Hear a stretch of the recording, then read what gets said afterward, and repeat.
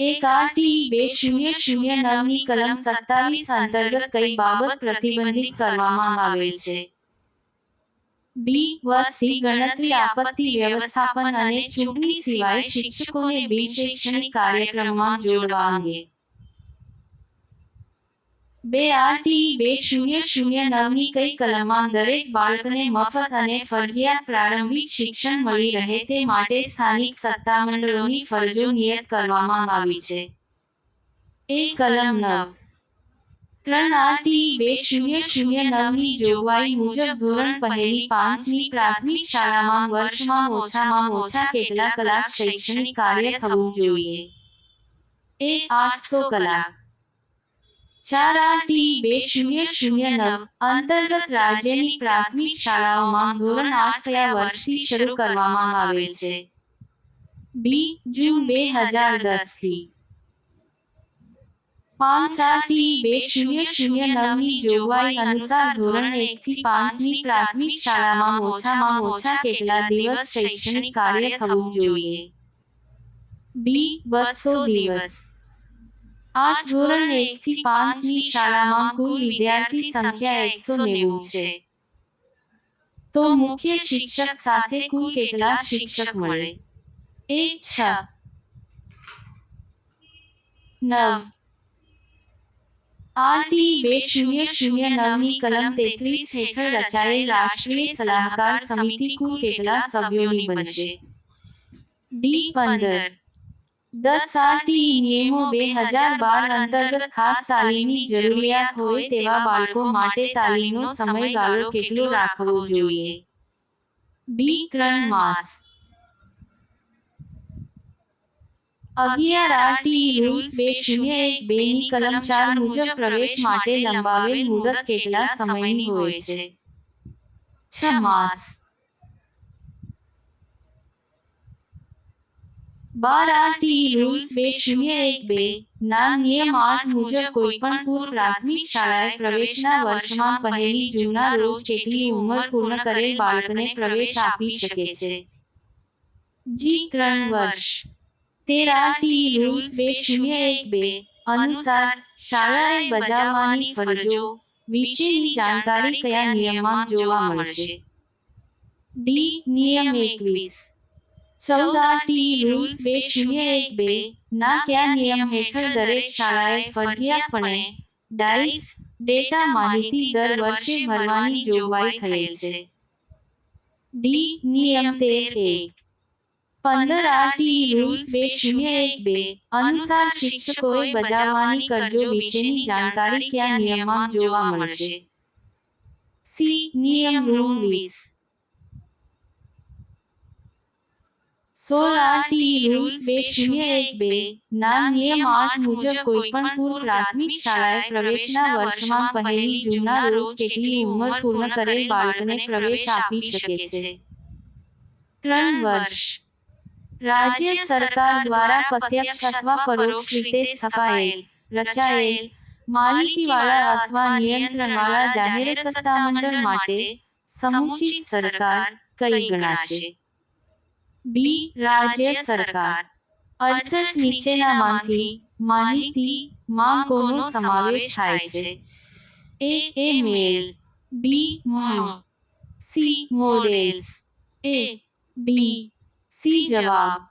19 બીજા જાહેર સત્તામંડળ માટેની અરજી વધુમાં વધુ કેટલા દિવસમાં તબદીલ કરવી જોઈએ? 5 દિવસ. 20 જાહેર માહિતીની અરજી કરનાર કેવા અરજદારને નિયત ફી ભરવાની રહેતી નથી? ગરીબી રેખાની નીચેની વ્યક્તિ. 21 મુખ્ય માહિતી કમિશનર તરીકે કોની પસંદગી થઈ શકે? વહીવટના અનુભવી. 22 મુખ્ય માહિતી કમિશનરના પગાર, ભથ્થા અને સેવાની શરતો કોને સમકક્ષ હોય છે? 1 મુખ્ય ચૂંટણી કમિશનર. 23 રાજ્ય માહિતી પંચ વધુમાં વધુ કેટલી રકમનો દંડ કરી શકે? 25,000 રૂપિયા. 24 કેન્દ્રીય માહિતી પંચના મુખ્ય માહિતી કમિશનરની નિમણૂક કોણ કરે છે? સી. રાષ્ટ્રપતિ. 25 માહિતી અધિકાર અધિનિયમ હેઠળ માહિતી માંગનારે કયા નમૂનામાં અરજી કરવાની હોય છે? એ. નમૂનો ક. 26 માહિતી અધિકાર અધિનિયમ હેઠળ માહિતી માંગવા માટે કેટલી ફી નક્કી કરવામાં આવી છે? 20. 27 માહિતી અધિકારી અધિનિયમ હેઠળ માહિતી માંગવા માટે કેટલી ફી નક્કી કરવામાં આવી છે? 20. માહિતી અધિકાર અધિનિયમ કયા વર્ષથી અમલમાં આવેલ છે? બી. 2005. પ્રવેશોત્સવ કાર્યક્રમનો મુખ્ય હેતુ શું છે? એ. 100% નામાંકન. વર્ષ 1998 ની શિક્ષક ભરતી માટે ગુજરાતમાં કઈ યોજના અમલમાં મૂકવામાં આવી? વિદ્યા સહાયક. પ્રાથમિક શાળામાં અભ્યાસ કરતા બાળકના અકસ્માતે અવસાનના કિસ્સામાં કેટલા રૂપિયાની સહાય ચૂકવવામાં આવે છે? ડી. 50,000. ગુજરાત સરકાર દ્વારા માધ્યમિક અને ઉચ્ચતર માધ્યમિક શિક્ષણ માટે ગુજરાત ઓપન સ્કૂલ શરૂ કરવામાં આવેલ છે. આ ઓપન સ્કૂલ ક્યારથી શરૂ કરવામાં આવેલ છે? એ. જુલાઈ 2010. શ્રેષ્ઠ શિક્ષક પારિતોષિક યોજનામાં નીચે પૈકી કયા કર્મચારીઓનો સમાવેશ થતો નથી? અધ્યાપન મંદિરના શિક્ષક આચાર્ય. ચાલુ સાલે ગુણોત્સવનું આયોજન ક્યારે થયેલ હતું? કોમેન્ટ કરો.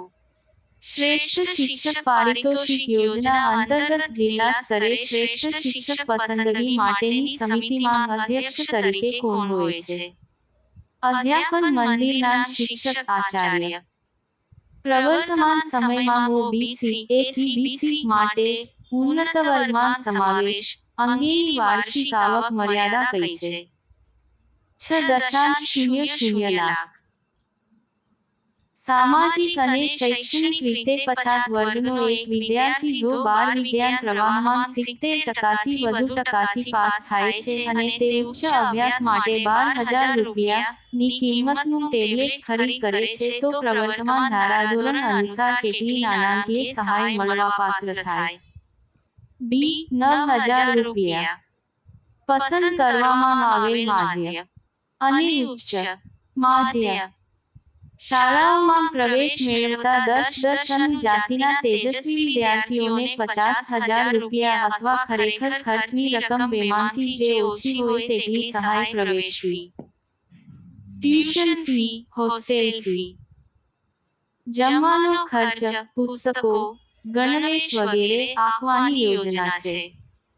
તેમાં નીચે પૈકીની કઈ શાળાનો સમાવેશ થતો નથી? Saint Xavier's School, Gandhinagar. શાળા વ્યવસ્થાપન સમિતિની પુનઃરચના કેટલા વર્ષે થવી જોઈએ? 2 વર્ષ. શાળા વ્યવસ્થાપન સમિતિમાં બાળકોના માતા-પિતા અથવા વાલીમાંથી કુલ કેટલા સભ્યો હોય? બી. 9. એસએમસી માં મહિલાઓનું પ્રમાણ કેટલું હોય છે? 50%. એસએમસી માં મહિલા સભ્યોની સંખ્યા કેટલા ટકા હોય છે? 50%. પ્રાથમિક શાળાઓમાં કેલ યોજનાનું અમલીકરણ કઈ કચેરી કરે છે? બી. સર્વ શિક્ષા અભિયાન મિશન. શાળા વિકાસ યોજના તૈયાર કરવાની જવાબદારી કોની છે? સીએસએમસી. શાળા વિકાસ યોજના તૈયાર કરવાની જવાબદારી કોની છે? સીએસએમસી. સામાન્ય વિસ્તારમાં ધોરણ પહેલી 5 ના બાળકોના સંબંધમાં રાજ્ય સરકારે કેટલા અંતરે નવી શાળા સ્થાપવી જોઈએ? એ. 1 કી. મી. આરટી 2009 ની કલમ 18 અન્વયે ક્યુ પ્રમાણપત્ર દરેક શાળાએ મેળવવું જોઈએ? એ. માન્યતા પ્રમાણપત્ર. રાઇટ ટુ એજ્યુકેશન એક્ટ હેઠળ 10 વર્ષના શાળાએ ન ગયેલા બાળકને કયા ધોરણમાં પ્રવેશ આપવો જોઈએ? એ. ધોરણ 4. જીનિયસ ઇંગ્લિશ સ્કૂલની માન્યતા જિલ્લા પ્રાથમિક શિક્ષણાધિકારી રદ કરે છે. ત્યારબાદ તે 1 માસ સુધી શાળા ચલાવે છે. તેને કેટલો દંડ થશે? ડી. 3 લાખ રૂપિયા. Please like, share and subscribe.